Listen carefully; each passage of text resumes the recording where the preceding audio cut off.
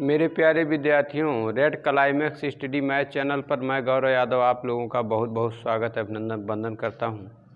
प्यारे बच्चों, एक बार हम लोगों ने पार्ट नंबर 1 हिंदी का किया है, संज्ञा पढ़ रहे थे, ठीक है। तो आज उसका पार्ट नंबर 2 होगा। मैंने पहले पार्ट में संज्ञा क्या है, संज्ञा की परिभाषा क्या है, संज्ञा को कैसे पहचाना जाएगा, संज्ञा के कितने प्रकार हैं, ठीक है, ये बताया। अब इसमें मैं संज्ञा के प्रकार को डिटेल रूप में पढ़ा रहा हूँ। तो व्यक्तिवाचक मैं पहले पार्ट में पढ़ा चुका हूँ। पार्ट नंबर 2 में हम लोग जातिवाचक संज्ञा से पढ़ेंगे। लेकिन काम शुरू करने से पहले, आज संज्ञा पढ़ने से पहले आप लोगों के लिए एक सुविचार है। आज का सुविचार है, बेकार में मत बैठो, डोंट सिट आइडल, ठीक है। बिकॉज स्टूडेंट्स, बिकॉज, है ना, हमें बेकार में नहीं बैठना चाहिए, हमेशा कुछ ना कुछ करते रहना चाहिए। जब हम कुछ ना कुछ प्यारे बच्चों करते हैं तो कुछ ना कुछ ज़रूर सीखते हैं, और सीखने की जो यही प्रक्रिया है, ठीक है, यही सीखने की जो कला है वो हमारे उज्जवल भविष्य के लिए बहुत अधिक आवश्यक और ज़रूरी है, ठीक है, ज़रूरी होती है, ठीक। तो आशा करते हैं आप लोग बेकार में नहीं बैठेंगे, पढ़ाई लिखाई करते रहेंगे। लिखा है, अब हम लोग अपने टॉपिक पर आते हैं, जातिवाचक संज्ञा। कोई पूछे जातिवाचक संज्ञा क्या होती है, तो ऐसे शब्द जो पूरे के पूरे किसी जाति का बोध कराएं उन्हें जातिवाचक संज्ञा कहते हैं। जैसे पक्षियों के नाम, जैसे कबूतर, तोता, कौवा, किसी पक्षी का नाम ले लिया जाए, ठीक है, तो जातिवाचक संज्ञा। जैसे आपसे तोता कह दिया जाए, तोता कभी आपने देखा है तो आपके दिमाग में तुरंत आ जाएगा कि उसके जो चोंच होंगे लाल होंगे, उसका कलर ग्रीन होगा, ठीक है, जो कुछ भी। तो तोता का मतलब चाहे लंगड़ा तोता, चाहे जैसा तोता हो, तोता आपके दिमाग में आ जाएगा, ठीक है। तो जैसे कौवा है, कौवाओं की एक अपनी जात होती है, तोतों की अपनी एक जात होती है, कबूतर, कबूतरों की अपनी एक जात होती है, ठीक है। जातिवाचक संज्ञा, आपने कह दिया कबूतर, तो कबूतर डिफरेंट कलर के विभिन्न रंग के होते हैं, लेकिन आपने जैसे कह दिया कबूतर, तो कबूतर में सभी रंग के कबूतर एक हो गए, ठीक है, उनकी एक जाति का बोध हो गया। और जैसे पशुओं के नाम, आपने कह दिया गाय, गायों की बहुत सारी वैरायटीज होती हैं, बहुत सारी जो है प्रकार होते हैं, लेकिन आपने गाय कह दिया तो गाय में सभी गाय आ गई, लाल गाय, नीली गाय, काली गाय, जैसी भी, नीली गाय खसगाय नहीं होती है, ठीक है, चितकबरी, काली, सफ़ेद, सारी गायें आ गई, ठीक है।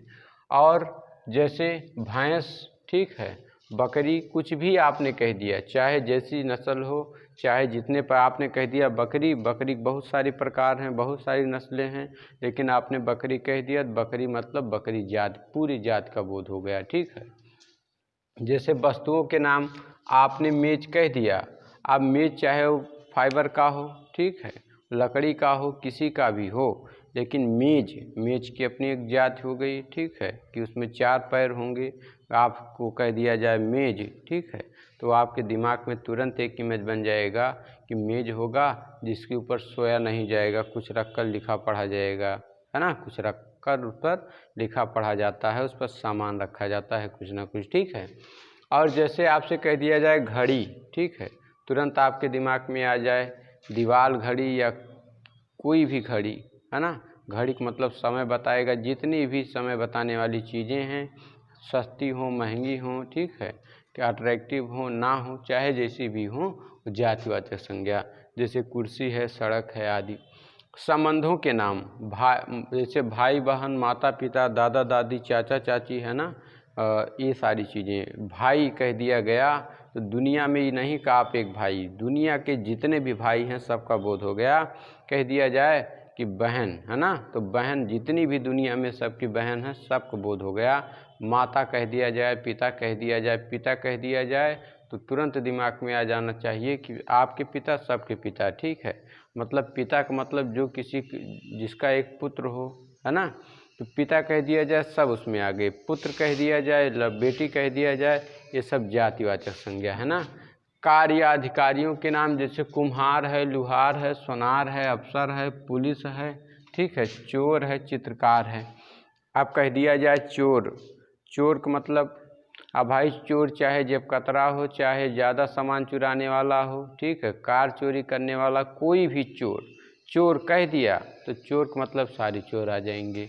चित्रकार, छोटा चित्रकार हो बड़ा चित्रकार चाहे जैसा चित्रकार हो, चित्रकार उसके पूरे समूह का बोध हो गया, ये कुछ ना कुछ आकृति बनाता होगा।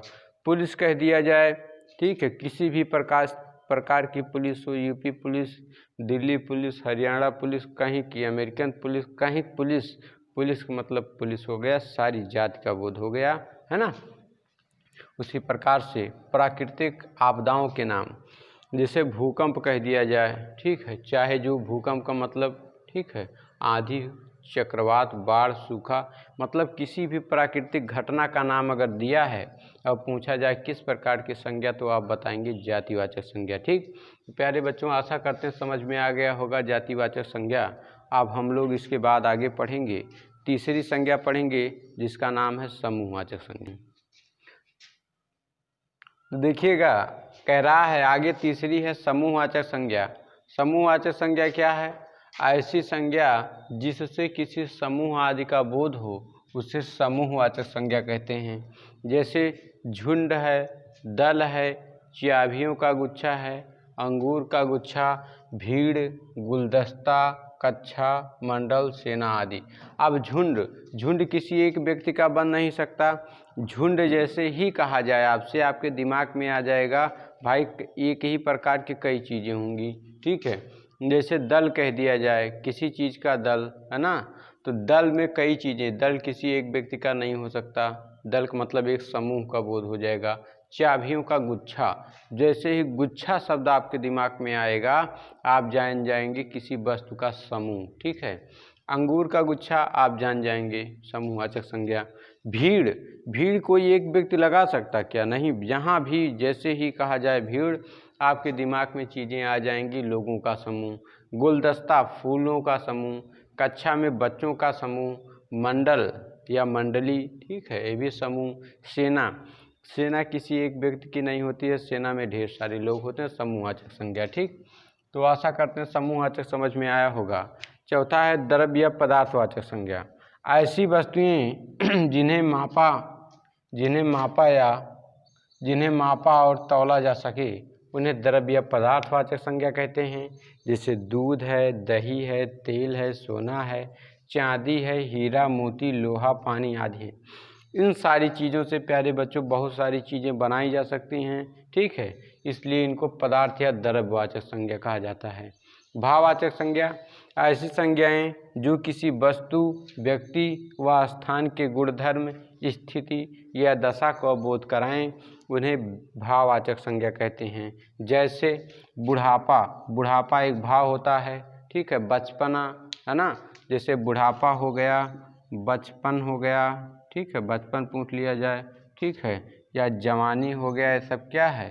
भाव है। बुढ़ापा बहुत बार पूछा जाता है। जैसे मिठास है, ठीक है, शीतलता है, जैसे जल की शीतलता होती है, जल की शीतलता, जल में शीतलता होती है, इसे मापा या तौला नहीं जा सकता है, ठीक है। ये जल की एक विशेषता है, जल क्या होता है? शीतल होता है। उष्णता, जैसे अग्नि का एक गुणधर्म है, अग्नि जो होती है वो कैसी होती है? उसका गुण होता है कि वो उष्ण होती है, ठीक है। तो इस तरीके से हम लोगों ने पांचों संज्ञाएं पढ़ लिया, ठीक है। अब हम लोग संज्ञा के कुछ कॉन्सेप्ट पढ़ेंगे, इसके बाद क्वेश्चन करेंगे, ठीक है। तो देखिए संज्ञा के कुछ कॉन्सेप्ट। तो कॉन्सेप्ट में सीखेंगे, पहला कॉन्सेप्ट है जातिवाचक संज्ञा से भाववाचक संज्ञा बनाना, ठीक है। तो देखिएगा, जैसे मैंने लिखा लड़का क्या है? लड़का एक जातिवाचक संज्ञा है, ठीक। अगर मैं यहाँ जातिवाचक मान लूँ, इसका भाववाचक संज्ञा बनाऊँ, तो लड़के में अगर मैं प्रत्यय जोड़ दूँ, पन, तो हो जाएगा लड़कपन, ठीक है। तो क्या हुआ? अभी भाववाचक बन गया। क्या हुआ? भाववाचक बन गया, है ना। लड़का था, लड़का में मैंने प्रत्यय जोड़ दिया, ठीक है, जातिवाचक था। क्या था? जातिवाचक था, इसमें मैंने प्रत्यय जोड़ दिया, और जब प्रत्यय जोड़ दिया तो ये क्या हुआ? भाववाचक संज्ञा बन गई। क्या बन गई? भाववाचक संज्ञा बन गई। और इसके बाद जैसे मैं दूसरा बताऊं, जैसे मानव है, मानव में अगर मैंने ता प्रत्यय जोड़ दिया, ठीक है, ये जातिवाचक है, जातिवाचक है, इसमें मैंने प्रत्यय जोड़ दिया। ठीक है, प्रत्यय हमेशा किसी भी मूल शब्द के पीछे लगता है। ठीक है, तो ये क्या हो गया, मानवता। और मानवता क्या हो गई, एक भाववाचक संज्ञा हो गई, भाववाचक संज्ञा हो गई। और जैसे मैं बात करूं, शहर लिखा है, बहुत बार पूछा गया है, बहुत इम्पोर्टेंट है। शहर, शहर लिखा है, शहर में अगर मैं बड़ी ई जोड़ दूं, है ना, तो क्या हो जाएगा, शहरी हो जाएगा। क्या हो जाएगा, शहरी। ये आपकी जाति हो गई और ये आपका जो है प्रत्यय हो गया। ठीक है, ये आपकी भाववाचक संज्ञा बन गई। क्या बन गई, भाववाचक संज्ञा। शहर का क्या हो जाएगा, शहरी हो जाएगा। जैसे मैं कह सकता हूँ, जैसे और मैं लिखूँ तो बच्चा है, क्या है, बच्चा। बच्चा में सभी बच्चे, लूले लंगड़े गोरे काले चाहे जितने भी बच्चे, अगर मैं इसमें पन जोड़ दूँ, अगर मैं इसमें पन जोड़ दूँ, है ना, तो हो जाएगा बचपन, बचपन। और बचपन क्या हो जाएगा, एक भाववाचक संज्ञा हो जाएगी। क्या हो जाएगी, भाववाचक संज्ञा। इसमें मैंने पन प्रत्यय जोड़ दिया। ठीक है, बच्चा क्या है, एक जातिवाचक संज्ञा है ना। और जैसे मैं बात करूं तो कहीं पे अगर पशु लिखा है, पशु एक जातिवाचक संज्ञा होती है, सभी लोग जानते हैं। इसमें अगर मैं ता जोड़ दूं, है ना, ता नामक प्रत्यय जोड़ दूं, तो हो जाएगी पशुता।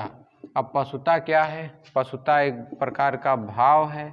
ठीक है, जो कि पशुओं के अंदर पाया जाता है। तो कहने का मतलब, अगर आपसे पूछा जाए पशुता किस प्रकार की संज्ञा है, तो भाववाचक संज्ञा है।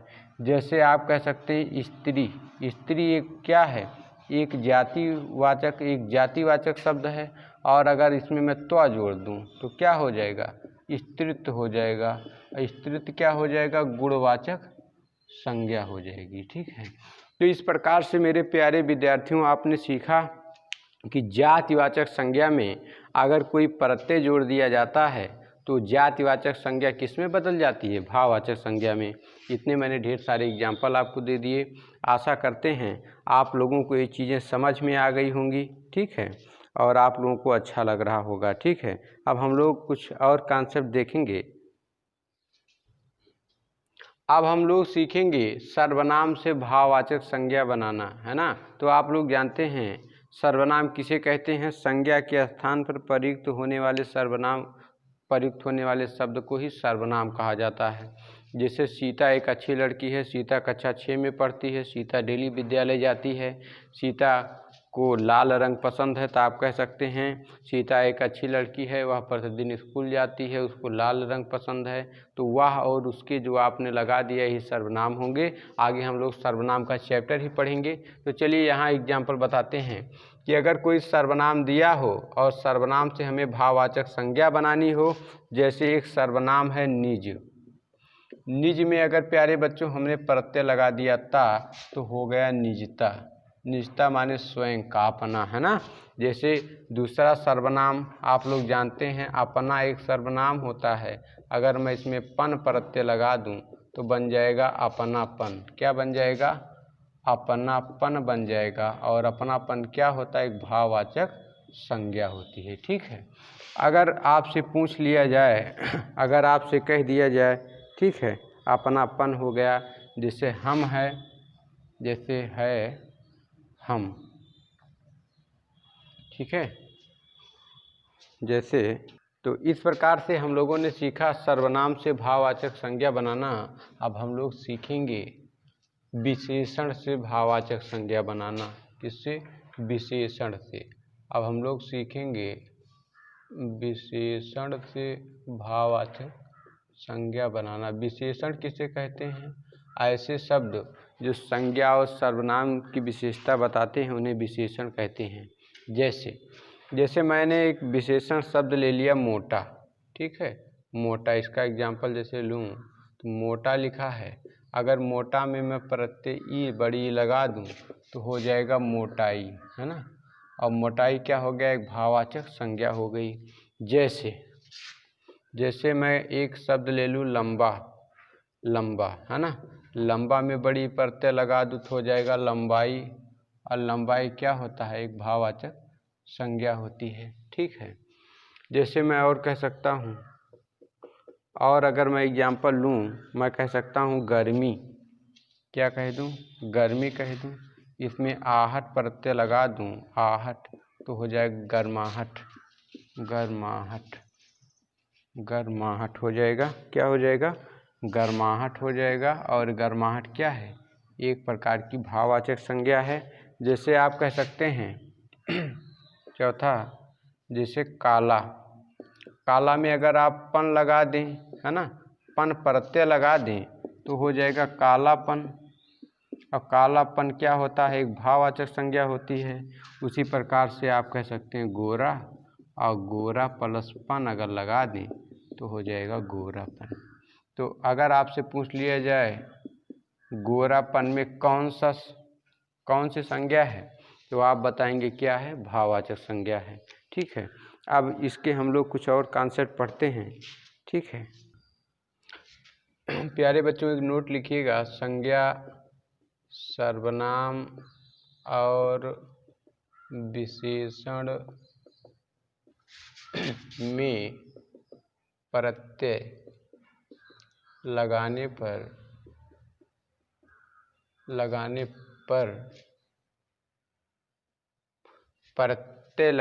संज्ञा और सर्वनाम में प्रत्यय लगाने पर बनने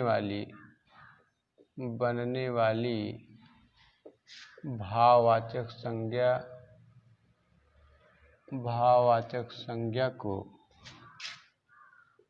तद्धितांत भाववाचक संज्ञा और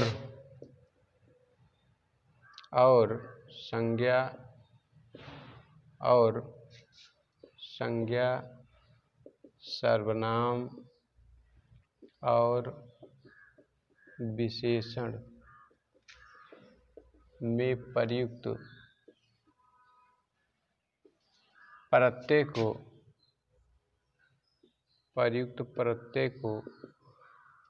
को तद्धित प्रत्यय कहते हैं। प्रत्यय को तद्धित प्रत्यय कहते हैं। ठीक है। तो इसको आपने सीखा कि संज्ञा, सर्वनाम और विशेषण से में किस प्रकार से प्रत्यय लगाने पर वो चीज़ें भाववाचक संज्ञा बन जाती हैं। इस चीज़ को आपने सीखा। ठीक है। किसी संज्ञा में अगर प्रत्यय लगा दिया जाता है, ठीक है, देखिएगा, जैसे समझ लीजिए, जैसे आपने पढ़ा भैया लड़का। लड़का क्या है? एक संज्ञा है। अब किस प्रकार की है? जातिवाचक संज्ञा है। ठीक है। अब इसमें अगर मैं प्रत्यय लगा दूं, पन लगा दूं, है ना, तो ये जो प्रत्यय होगा अभी बन जाएगा लड़कपन बन जाएगा। तो ये जो भाववाचक संज्ञा बन गई। तो इसी भाववाचक संज्ञा को क्या कहेंगे? तद्धितांत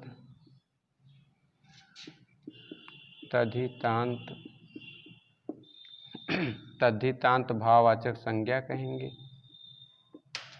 और इस प्रत्यय को तद्धित प्रत्यय कहेंगे। कौन सा प्रत्यय कहेंगे? तद्धित प्रत्यय कहेंगे।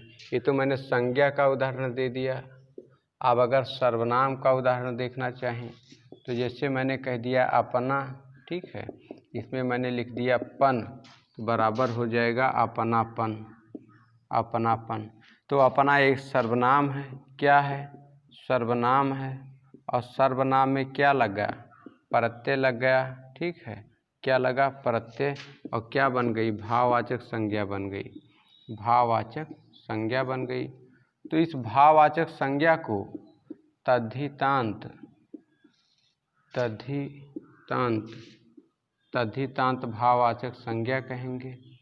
ठीक है। और इस प्रत्यय को क्या कहेंगे? तद्धित प्रत्यय कहेंगे।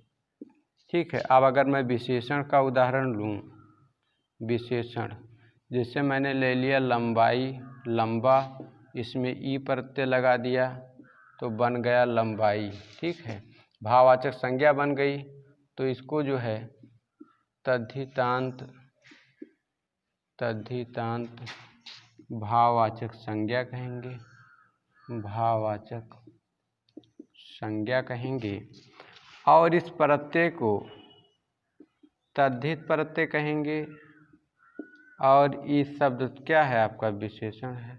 ठीक है, तो मेरे प्यारे विद्यार्थियों, आपने यहाँ पर सीखा कि संज्ञा सर्वनाम और विशेषण, संज्ञा सर्वनाम और विशेषण में प्रयुक्त में प्रत्यय लगाने पर बनने वाली भाववाचक संज्ञा को तद्धितांत भाववाचक संज्ञा और संज्ञा सर्वनाम और विशेषण में प्रयुक्त होने वाले प्रत्यय को तद्धित प्रत्यय कहते हैं, है ना।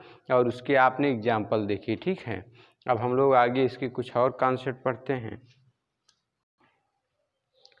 यदि अगला कॉन्सेप्ट, यदि किसी क्रिया में प्रत्यय लगाने से वह भाववाचक संज्ञा बनती है तो वह भाववाचक संज्ञा तो प्यारे बच्चों, अगला कॉन्सेप्ट है क्रिया में लगने वाले प्रत्यय को कृत प्रत्यय और उससे बनने वाली भाववाचक संज्ञा को कृदांत भाववाचक संज्ञा कहते हैं। जैसे अब मैं कोई क्रिया ले लूँ, जैसे मैंने ले लिया क्रिया एक पढ़ना, मैंने एक क्रिया ले लिया पढ़ना, है ना। पढ़ना मैंने एक क्रिया ले लिया, ये क्या है, पढ़ना एक क्रिया है। अब अगर मैं एक प्रत्यय इसमें लगा दूं, आई, क्या लगा दूं, एक प्रत्यय लगा दूं, है ना, तो बराबर क्या हो जाएगा पढ़ाई। क्या हो जाएगा, पढ़ाई। पढ़ाई जैसे आपने लिखा तो बन गई भाववाचक संज्ञा। क्या बन गई, भाववाचक संज्ञा बन गई। ठीक है, तो इस भाववाचक संज्ञा को कृदांत भाववाचक संज्ञा कहेंगे। ठीक है, भाववाचक संज्ञा कहेंगे। और इस प्रत्यय को क्या कहेंगे, कृत प्रत्यय कहेंगे। क्या कहेंगे, कृत प्रत्यय कहेंगे। ठीक है, तो और क्रिया है। ठीक, तो आप लोग ये समझिए कि जब भी क्रिया में कोई प्रत्यय लगाकर और उसको भाववाचक संज्ञा बनाया जाए, ठीक है, तो क्रिया में लगने वाली प्रत्यय को कृत प्रत्यय और क्रिया से बनने वाली भाववाचक संज्ञा को कृदांत भाववाचक संज्ञा कहते हैं। जैसे एक एग्जाम्पल मैं आपको और बताऊं, अगर कहीं पर लिखना है चढ़ाना, चढ़ाना क्या है, एक क्रिया है। चढ़ाना क्या है, एक क्रिया है। अगर मैं इसमें एक प्रत्यय लगा दूं आवा, क्या लगा दिया मैंने, एक प्रत्यय लगा दिया, आवा हो गया, तो हो गया चढ़ावा। क्या हो गया, चढ़ावा हो गया। चढ़ावा क्या है, एक भाववाचक संज्ञा है। क्या है, एक भाववाचक संज्ञा है। ठीक है, तो अब पूछा जाए चढ़ावा में प्रयुक्त प्रत्यय को क्या कहेंगे, इस प्रत्यय को कहेंगे कृत प्रत्यय। क्या कहेंगे, कृत प्रत्यय। क्यों, क्योंकि भाई क्रिया में ये प्रत्यय जुड़ा हुआ है। और चढ़ावा में आवा प्रत्यय लगाने से बनने वाली भाववाचक संज्ञा को क्या कहेंगे, तो आप बताएंगे इस संज्ञा को कहेंगे कृदांत भाववाचक संज्ञा। ठीक है, तो प्यारे बच्चों, अब आपको इतना समझ में आ गया होगा कि संज्ञा सर्वनाम और विशेषण में लगने वाले प्रत्यय को क्या कहते हैं, तद्धित प्रत्यय कहते हैं। और उससे क्रिया, संज्ञा, सर्वनाम, विशेषण में प्रत्यय लगने वाले प्रत्यय को क्या कहते हैं, तद्धित प्रत्यय कहते हैं। और उससे बनने वाली भाववाचक संज्ञा को तद्धितांत भाववाचक संज्ञा कहते हैं। और क्रिया में लगने वाले प्रत्यय को कृत प्रत्यय तथा उससे बनने वाले भाववाचक शब्दों को, भाववाचक संज्ञा को क्या कहते हैं, कृदांत भाववाचक संज्ञा कहते हैं। अब हम लोग कुछ और चर्चा करेंगे। प्यारे बच्चों, अब हम लोग एक और कॉन्सेप्ट सीखेंगे, व्यक्तिवाचक संज्ञा से भाववाचक संज्ञा बनाना, है ना। ये बहुत इम्पॉर्टेंट है, ये रूल संज्ञा का बहुत ही इम्पॉर्टेंट है, बार बार पूछा जाता है। जैसे मैं आपको एग्जाम्पल बताऊं, कहीं पर अगर एक लाइन दे दिया जाए, अभी भी देश में जयचंदों, अभी भी देश में जयचंदों की कमी नहीं है। अभी भी देश में जयचंदों की कमी नहीं है। जयचंद को अंडरलाइन कर दिया जाए और आपसे पूछा जाए बताइए जयचंद में किस प्रकार की संज्ञा है, जातिवाचक है, व्यक्तिवाचक है, भाववाचक है, ठीक किस प्रकार की संज्ञा है। ठीक है, तो प्यारे बच्चों किस प्रकार की संज्ञा है, कह रहा अभी भी देश में जयचंदों की कमी नहीं है। तो जयचंद एक नाम था, जयचंद क्या था, एक नाम है, जयचंद एक नाम है। तो कभी भी आप गलती मत करिए कि जयचंद एक नाम है तो इसलिए व्यक्तिवाचक नहीं। यहाँ जयचंद का मतलब हो गया गद्दार, क्या हो गया, गद्दार, है ना। तो गद्दारों की क्या होती है, एक जाति होती है, क्या होती है, एक जाति होती है। तो यहाँ पर हो जाएगा जातिवाचक संज्ञा, सॉरी यहाँ पे भाववाचक नहीं, व्यक्तिवाचक संज्ञा से जातिवाचक संज्ञा बनाना, है ना, व्यक्तिवाचक संज्ञा से जातिवाचक संज्ञा। तो जयचंद एक प्रकार से नाम नहीं है, जयचंद मीन्स गद्दार हो गया, गद्दारों की एक जात होती है, ठीक है, जातिवाचक संज्ञा हो जाएगा। ठीक है, 1191 में आप लोगों ने पढ़ा होगा इतिहास में, ठीक है, कि 1191 में मोहम्मद गोरी को जो है जयचंद ने न्योता दिया था, किसको, पृथ्वीराज चौहान, चौहान वंश के संस्थापक पृथ्वीराज चौहान को हराने के लिए। ठीक है, गद्दारी किया था, बाद में उसने पूरा कब्जा कर लिया था। ठीक है, तो यहाँ जयचंदों मीन्स गद्दार हो गया। तो बिल्कुल कन्फ्यूज मत होइएगा, यहाँ पे जातिवाचक संज्ञा होगा ना कि व्यक्तिवाचक। आप बना रहे हैं व्यक्तिवाचक संज्ञा से जातिवाचक संज्ञा। जैसे कह सकते हैं, अगर मैं आपको एक और एग्जाम्पल दूं तो मैं आपको एग्जाम्पल दे रहा हूं, हमें विभीषणों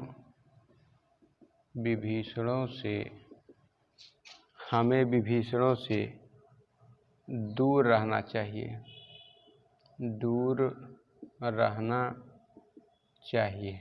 ठीक है, तो यहाँ विभीषणों को अगर अंडरलाइन कर दिया जाए, पूछा जाए विभीषणों में कौन सी संज्ञा, ठीक है, विभीषणों में कौन सी संज्ञा होगी, तो आप लोग बताएंगे विभीषणों में जो है, विभीषणों में कौन सी संज्ञा।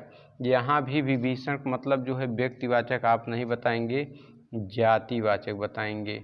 क्यों जातिवाचक संज्ञा बताएंगे, क्योंकि यहाँ विभीषण का प्रयोग, विभीषण के नाम का प्रयोग ना कि किसी के नाम के लिए। यहाँ विभीषण का प्रयोग जो है ना, विभीषण का प्रयोग जो है यहाँ पे किस लिए किया गया है, तो किस लिए किया गया है, चुगलखोरी के लिए। विभीषण क्या था, एक चुगलखोर था, ठीक है, चुगलखोर था। ठीक है, तो यहाँ पर विभीषण का प्रयोग हमें चुगलखोरों से सावधान रहना चाहिए, इसलिए किया गया है। ठीक है, अब अगर मैं आपसे कह दूं, एक और आपको एग्जाम्पल दूं, क्या एग्जाम्पल दूं आपको, गोस्वामी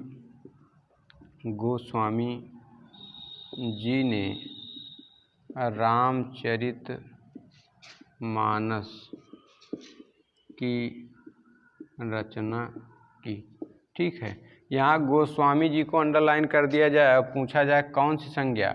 ठीक है, तो गोस्वामी जी और गोसाई एक जो जात होती है, उस जातिवाचक संज्ञा यहाँ नहीं होगा, यहाँ पर होगा व्यक्तिवाचक संज्ञा। क्या होगा, व्यक्तिवाचक संज्ञा। क्यों व्यक्तिवाचक संज्ञा होगा, व्यक्तिवाचक संज्ञा इसलिए होगा क्योंकि गोस्वामी जी मतलब रामचरितमानस एक जो है व्यक्तिवाचक संज्ञा है।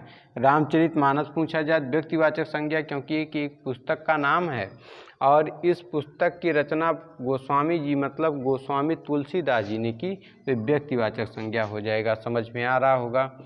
और अगर मैं एक आध और आपको एग्जाम्पल दूं, जैसे मैं आपसे कह दूं गुरुदेव को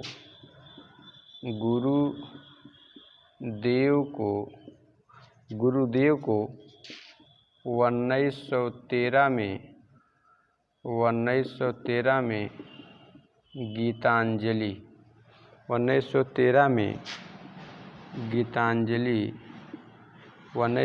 में गीतांजलि के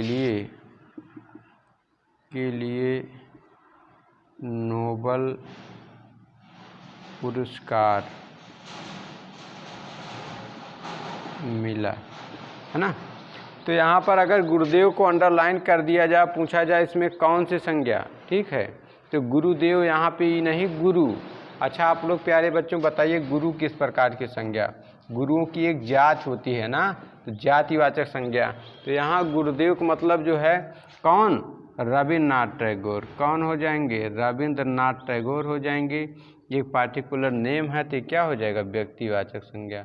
क्या हो जाएगा, व्यक्तिवाचक संज्ञा हो जाएगा, ठीक, व्यक्तिवाचक संज्ञा। तो प्यारे बच्चों इतना कॉन्सेप्ट मैंने आप लोगों से चर्चा किया। अब हम लोग संज्ञा पर क्वेश्चन करेंगे और आप लोग जवाब देंगे। Question number 1,